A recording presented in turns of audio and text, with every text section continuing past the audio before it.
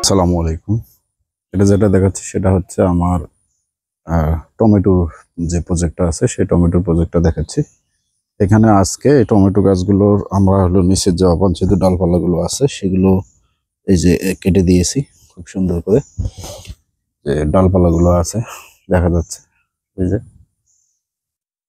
এখানকার যতগুলো ডালপালা ছিল অবাঞ্ছিত ডালপালা সেগুলো সব সুন্দর করে কেটে দিয়ে আবার বৃষ্টির কারণে এই গোড়ার মাটিগুলো হলো সরে গিয়েছিল, সেই গোড়াতে আমরা আজকে হলো মাটি দেয়া হলো।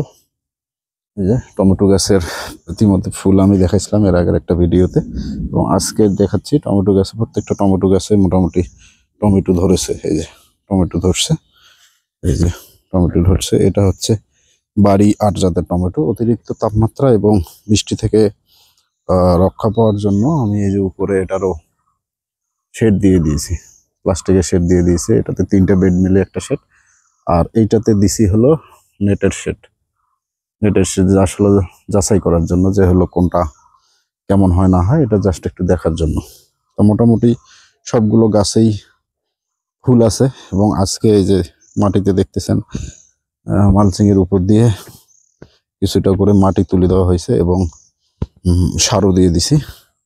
একটু আগে একটা হলো স্প্রে এখানে করে দেওয়া হয়েছে, স্প্রে করে দিছি। এই জন্য গাছে কিছু কিছু এই যে স্প্রে দেওয়ার কারণে দেখা যাচ্ছে যে এলো, এই যে এইটা হলো স্প্রে দিয়েছিলাম। এই মোটামুটি দেখা যাক সবগুলো গাছেই টমেটো, এবং মার্শাল্লাহ অনেক ফুল, প্রতিটা গাছেই অনেক ফুল আছে। এখন দেখা যাক কি হয়। এর আপ টু ডেট আপনাদের সঙ্গে আমি বারবার শেয়ার করতেছি। এরপরে আবার টমেটোগুলো আরো বড় হলে এর পরের ভিডিওতে হয়তো আমি আরো দেখাবো এর ডিটেলসটা কি হয়, দেখাবো। এই যে এখানে হলো আমার তিনটা 6টা বেড আছে আর কি এখানে। এগুলো সবগুলো হচ্ছে বাড়ি ৮ জাতের টমেটো।